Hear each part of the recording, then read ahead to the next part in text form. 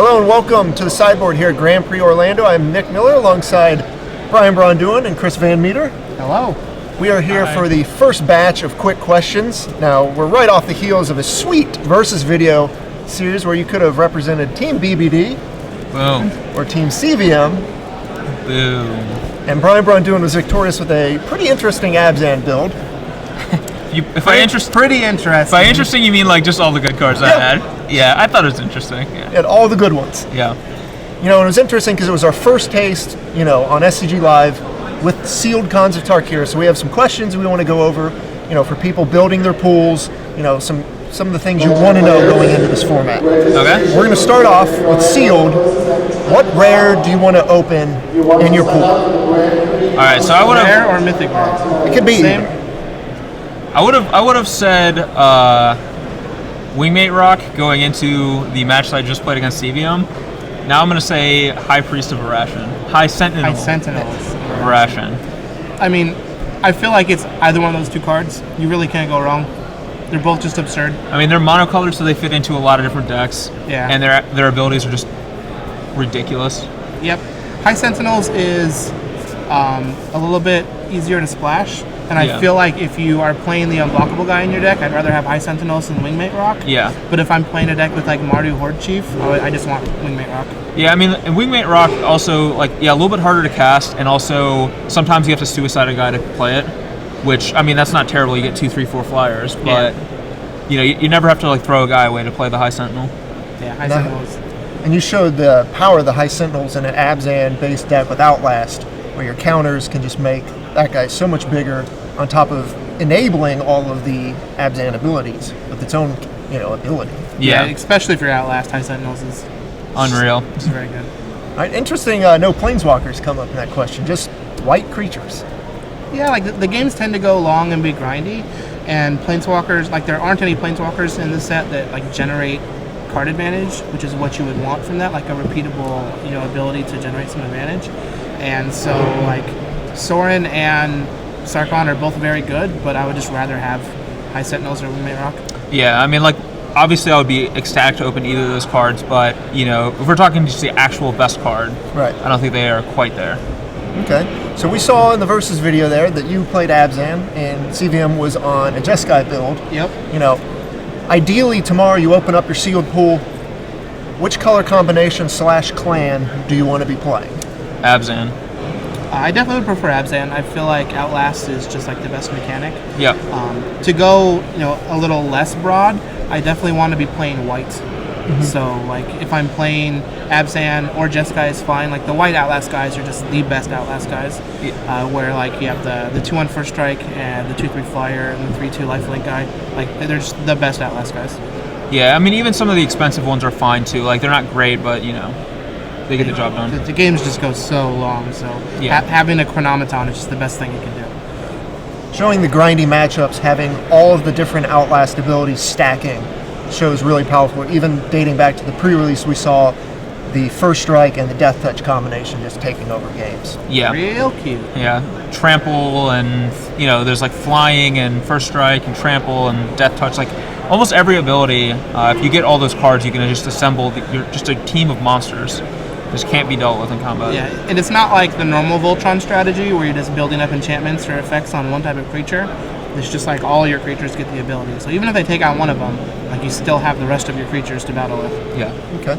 Dealing with sealed pools, how many lands do you ideally want to be playing in this format? A lot of people have said you can kind of trim lands with all of the banners you're playing, or you can go up to even more lands because all the cards are so good, you just want to make sure you hit your land drops. What if you guys have figured out kind of the better land numbers? I like 18, maybe 17 in a band. It really depends on your curve a lot. If you have a high curve, which a lot of decks are going to have a really high curve because that's just the nature of this format, there's just a lot of expensive cards. I think that you're going to want 18, maybe even 19 lands, or 18 in a banner. But I think if your deck's a lower curve, you can play you can get away with 17. Okay. I definitely like 17 in a banner or 18. If I'm playing 18 lands, I'll try and find ways to not have to play a banner unless I need the fixing. But for the most part, like I think you want to have 17 in a banner or 18, maybe 18 in a banner as well. But I think those are just like the sweet spots. Yeah. Also, like there's a lot of mana sinks, like Outlast and things too. So drawing extra lands is not always a bad thing. Yeah, the Abzan deck in particular seems to have a ton of mana sinks, where all the extra mana doesn't really hurt. Yep. Speaking of banners, a lot of people are cold on the banners. Some people are all about them. Matthias Hunt was talking about playing 3 and 4 in a deck. Where do you guys land on the banner spectrum? And do you think certain clans need them more so than others? I like one banner. I don't think I really want to play more than one banner unless I am a Sultai deck, just as like a failsafe, since you're going to have to play multiple Delve cards and being able to cast them when you get to the mid to late game. I'm not a huge fan of like the secondary ability of the banner, being able to cash in and draw a card, and that's something that you can use sometimes, but it's not what's going to make me want to play the card. Just being able to cast all of your Delve cards for full price when you don't have the early interaction is the type of decks that I want them in. But most of the time I'm happy playing one, and I would prefer to not play more than one. Yeah, I think that's actually like a really good point. Like a deck like Mardu or like Abzan that generally want to curve out better, you don't really want any banners, maybe one at most. But like I think Teamer or Sultai, you are playing a lot more big stuff, and like having a banner is like better there, where you can play like your bear companion or whatever, all your expensive cards turn earlier, or just even the right mana to cast them is important. But in like a Mardu or like an Abzan deck, you're going to be like much more aggressive, and I think Jeskai could go either way. Yeah, it really all depends on if you're just like Seeker of the Way and Jeskai Elder people, or if you are playing more of a controlling version. Yeah, I like the idea of running them in Sultai to fuel extra delve going on. What are some of the underrated commons, or the most underrated common in Sealed? The most underrated common? I don't know. What do you think? I think the most underrated common is Disowned Ancestor. Mm-hmm. It's the 1 black 0/4 that outlasts for 2 mana. Like, there are 2 common playable 1-drops in this format, and he is one of them. Mardu Hateblade is the other. Right. And Ruthless Ripper. Commons. Oh, common. Yeah, Yeah, there are only 2 playable commons. Yeah. Oh, well, I take back 3. The blue guy that represents is good too. Yeah. Like, those are the only common 1-drops that I would consider playing. And since you have a lot of coming to play tap lands, playing like 1-drops and 2-drops almost function in the same way. So like, he's very good at filling in your curve. Is like an early roadblock against the decks that happen to be aggressive, and can take over the game as it goes longer, since it is a mana sink at the 1 mana spot. Yeah, I think that card's really good. To go along with that, I think Dragon Scale Boon is actually really good too. It's just a huge blowout in combat. You can attack with your guy and then untap it and kill their attacking creature. But the +1/+1 counters also provide another function if you have Outlast guys. Right. We saw that both of you guys using different combat tricks to put +1/+1 counters on your morphs. Yeah. Which was very helpful in combat when you're just bashing a bunch of morphs into each other. Yeah, anything that pumps a creature is like pretty good in a morph on morph thing, where you can just run your morph into theirs. A lot of times they're going to just try to trade morphs with you, and you can just, your guy's now 1 or 2 bigger than theirs. Not to tangent too much, but I think in general, combat tricks in this format are much better than they have been in the past formats. Yeah. Because you're not going to be losing a lot of tempo when they have, the response to your combat trick, because all of the non-combat, tricks that they're going to be using cost like 4 mana plus. So it's not like you're, spending 3 mana to pump your guy, and then they just like shock it or lightning strike it, and then you're like down the guy and the mana you spent. Whereas here, like if I pay 4 mana to use a trick, they have to spend 4 or 5 mana to stop it. Like, it's just, you're staying on parity, you're not getting out tempo that way. So like there's much less risk in this format with the tricks than there have been in the past. Okay. Speaking of tricks and removal spells, a theory question that we've kind of been talking about, with all the morphs running around, if your opponent leads with Morph on turn 3, Morph on turn 4, which one are you going to be inclined to kill first? It really depends on the opponent, actually, and like what level they put you on. I think most people naturally are going to lead with their best morph creature a lot of the time, just as a natural thing. Like they're like, I want to unmorph this as soon as I can or whatever. But a lot of people are going to, a lot of people are also going to play like the complete reverse role, where they're like, I want to protect this as long as possible, maybe even just hard cast it later in the game, and they'll lead with like a kind of crappier morph. So there's a lot of, back and forth that way. Some gamesmanship. Yeah. I feel like the inclination is for people to play morphs in the order that they plan on unmorphing them. Yeah. And so using that information, you can try and deduce what the morph itself is. So like if I have 2 morphs and one of them I can unmorph next turn if I want to, and one of them I can't, I'm always going to play, well, I don't say always, but most of the time, I'm going to play the one that I can unmorph next turn if I want to, because, having options and choices is just like paramount in Magic in general. Right. So I think most of the time using that information, you can try and deduce what the morph is and whether you should kill it or not. Yeah, although a lot of the morphs have roughly the same on, like 5 is just a sweet spot for unmorphing. Mm-hmm. So, to go along with that, I definitely agree with that, and I think a lot of times people, like, especially if they play a morph on turn 4, it's probably their good morph. Right. They're probably planning to flip that, like, Sagu Mauler the next turn. Yep. It's an interesting thing you brought up with all the, the debilitating injury. There's a lot of removal that can just kill a morph straight up. The idea of just holding the morph until you can actually cast it, or you only got the one turn, turnaround to morph your creature. So. Yeah, I found that actually a lot where, especially if you have other plays you can make, you will just sit on your best morph creature until you can hard cast it, even though it's like maybe inefficient to spend, 6 mana for a 4/4 lifelink. It's better than playing it as 2/2, letting it die to some like cheap removal spell, and then Yeah. Also, a lot of the morphs have triggered abilities when they're turned face up, and games tend to go long. And if you can wait until you can morph it and then unmorph it with the same amount of mana so you get the trigger ability, I usually like waiting on that.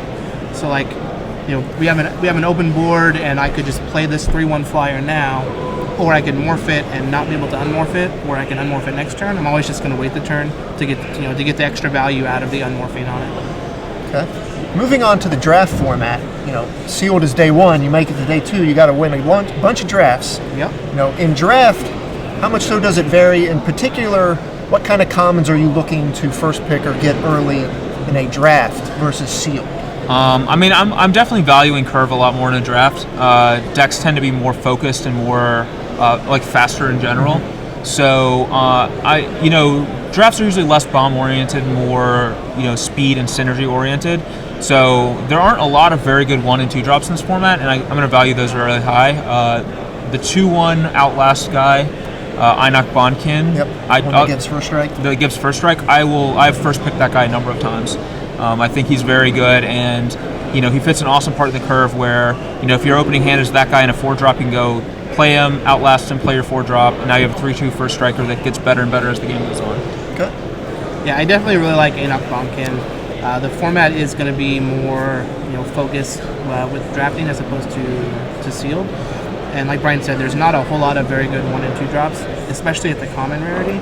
So those are what I'm looking for early on in the draft. I feel like there's just a huge abundance of mana fixing with all the 10 lands being common.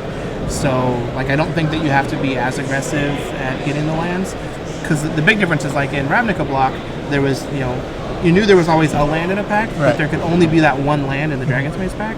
With this, because they're common, there's print runs where there's like 3 lands in a pack. Yeah. So like, you'll get your fixing. You don't have to right, take it as highly as you had to in Ravnica block limited. So you can focus on getting the high power uncommons, and the powerful 1 and 2 drop commons your first 3, 4, 5 picks, and then pick up the rest of the stuff later on. And to go with that, like the fixing's so good that I don't mind first picking a 3-color card. Right. Like I'm not worried about jumping into a color combination like that. Yeah, you actually have to play 3 colors. So I had a sealed pool last night when we were practicing where I had 3 gold cards in my 6 packs, and I couldn't play 2 colors because there's just not enough playables in the set. Like I had to play 3 colors even though I only had 3 gold cards. So like it's basically can't go 2 colors. So you can use that information to take advantage in limited. Speaking of the common cycle of lands, we're calling those the gain lands. You get to gain a life. How many of those are too many? Probably the 19th. It depends on your deck. If you have a very aggressive deck, you really only be playing like 2 or 3. If you have like a mid-range or a control deck, I wouldn't be that unhappy playing upwards of like 7 or 8, maybe even 9. Yeah. Like you have lots of stuff to do with your mana, especially in Abzan, like with the Outlast stuff. Like you're perfectly fine like playing a guy, next turn Outlast, playing a tap land, next turn playing a guy Outlast, next turn et cetera, et cetera. So yeah. I definitely wouldn't be that upset playing upwards of 8 or 9. And also, the life gain is not irrelevant at all. Right. I found that it's actually very relevant, and you can actually So you can actually fall a little bit behind in tempo because you're gaining back some of the hits you're taking. And the format's not like super hyper aggressive, so it doesn't matter as much. Like you'd rather have your right colors of mana than be a turn behind. Yeah, the life gain from the lands is one of the reasons that the 1 and 2 drops are all just so bad. Like there's no payoff for being aggressive because they can just gain life back doing something they want to do, which is making their land drops. So cards like Disown Ancestor has the Outlast ability and can grow bigger than what a normal 1-drop would. Cards like Embodiment of Spring, it can block for a turn and then rapid growth you into your bigger creatures. Cards like Mardu Hateblade, they can give a fearless way to trigger raid by attacking because they don't want to trade a good creature for it. And then when you don't want to, you can just keep it back and they just can't attack with their good creature, otherwise they're going to lose it. So like they're all 1-drops that have utility outside of being just a 1-drop creature. But then like Wetland Sandbar is not very good. It's not, but sometimes you got to play it because you have sometimes you need a 2-1. Yeah. And CVM, you said, and sometimes you can't even play a 2-color, but in draft, is 5 colors a thing? People have discussed, Absolutely. it's been a thing you could do before, and now with all the fixing. You can, because it's not a true 5-color. It's like when you think 5-color, you're thinking, you got like 2 or 3 cards of each color, and that's what you got. You just play your fixing. This is you're usually a 2-color combination splashing 2 or 3, or like a 3-color clan combination splashing 1 or 2, just for a couple of 3-color cards. And really all you need is like 4 or 5 color lands to actually get that splash for 1 or 2 cards. But it's really easy with all the lands being common and the turn lands being uncommon. Yeah, and one question though is like it's actually kind of easy to play a 5-color deck, but is that actually something you want to do? Is it actually Right. better? Like, is it worth playing? These lands that come into play tap to play this one Bear's Companion where I could just play a Hooting Mandrills instead or something. Yeah, and I think my inclinations is not better to splash the extra color, but I think that'll remain to be seen as the format grows. What's your favorite archetype in the draft format so far? Well, I have drafted Abzan every single draft I've done. I didn't like Abzan a lot, but I've had the more I watch the drafts and play some of the games, I actually like a lot of the stuff that Jeskai can do. So and I think that it's being very undervalued right now. So Great. Getting into Jeskai early in a draft could be a huge payoff. Okay. What's the most underrated common? You guys kind of touched on the early drops. Yeah. Is there anything that's flying under the radar, that isn't a 1-drop in particular? Bombkin's really good, but I don't think that that's like under the radar. Like it's just pretty obvious that it's a good card on the surface. I think that people might be sleeping a little bit on the 3-color morph guys. There's the cycle of all of them. Right. Yeah. In particular, like the Gudol guy, the Abomination. of the Sultai. Like he's like one of the ones that I feel can just end the game by itself. Like Yeah. It's just a 3/4 flyer. So the evasion is pretty nice. It's like I don't mind just playing him as a 6-mana 3/4 flyer. Whereas like a 4/4 lifelink isn't that exciting on turn 6. The other guys aren't that exciting on turn 6. That one I'm just going to play every time I have it. I think people are also sleeping on some of the Delve cards, Treasure Cruise, Sultai, Scavenger, things like that. Those are cards that are like a little bit underpowered along the curve, but you can draw them late and cast them for 1 a lot of times, which is actually extremely powerful. Finally, what's some of the most overrated rares? In draft, a lot of times you can open up a pack and just see a rare and be like, man, I want this. This is so powerful. What are some of the trap rares or maybe ones to avoid? I think a lot of the biggest traps are just fat creatures. These are cards that seem extremely good, like Avalanche Tusker. For example, even like Ivory Tusk Fortress, I think that card is good, but it's not as good as it looks because it's actually really easy for like a 5/7 to just trade with one creature when they double block with like 2 4/4s or whatever. So those cards are actually a lot less good than they look on paper, and I think the evasive creatures are significantly better as well. Yeah, I think that for me so far it's been Villainous Wealth. Like I see that card and I'm like, yeah, games go long, this is gonna be awesome, I'm gonna use it. But it's like really, like what are you gonna get? Number 1, and number 2, it has to be for like 5+ in order for it to be really good. And at that point, if you're banking on that, you just might be losing the game based off the tempo your opponent's playing. So the card looks real sweet, but I think it's a trap. All right. Well, that's all I got for you. We wanted a lot of information because there's just a lot going on in these formats. It's brand new. We haven't had a huge event with these cars yet. GP Orlando is the event people are going to come to for the information. So, Chris VanMeter, Brian Braun-Duin, thanks for sitting down with me here in the sideboard. Stay tuned to StarCityGames.com all weekend long for the action here at Grand Prix Orlando.